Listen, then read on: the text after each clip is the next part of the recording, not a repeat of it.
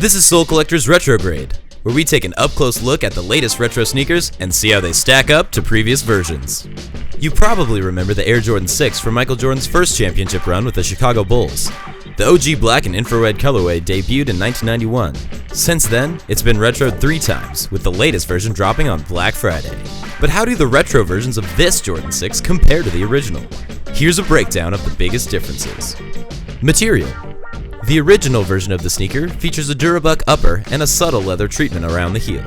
The 2000 version stays close to the original Durabuck material, but has no leather on the back. 2010's pairs, the Varsity Red and the Infrared pack ones, have a synthetic nubuck feel to the upper. This change from a Durabuck to this fuzzy material is a common one we've seen in retro Jordans over the years. This year's version is most like the 2010 ones in this regard. Again, you can see the slightly more fuzzy, almost velour-feeling texture on the synthetic nubuck pieces. Also, there are very strong 3M accents on the ankle. This touch hasn't been used since the 1991 pair. Branding. The Nike Air logo is on the heel counter of the 1991 pair, as well as on the 2000 edition. It hasn't been seen on an Air Jordan 6 since. The 2010 versions replaced Nike Air with the Jumpman on the heel.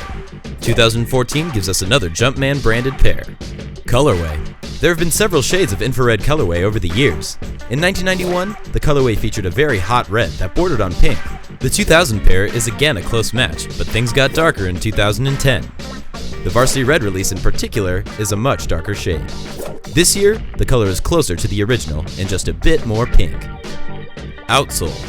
When icy soles were first introduced, Nike was using a more straightforward clear look, although this pair has turned more yellow with age. The clear look was the standard on retros for many years. The 2000 and the 2010 editions used the clear look as well. The 2014 Jordan 6 instead has a blue tint to it, which is meant to prohibit the yellowing process. Insole. The original 1991 pair had the Nike Air branding, which is faded with wear on this pair on an infrared colored insole. The 2000 retro keeps that branding, but inverts the color scheme. As 2010 pairs phased out the Nike Air branding, their insoles replaced that logo with the Jumpman. The 2014 version has the infrared background again with the Jumpman logo in black. Verdict.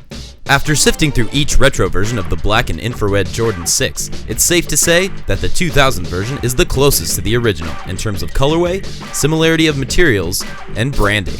After that, it would have to be the upcoming 2014 release, which wins points with the 3M treatment and super bright infrared shade.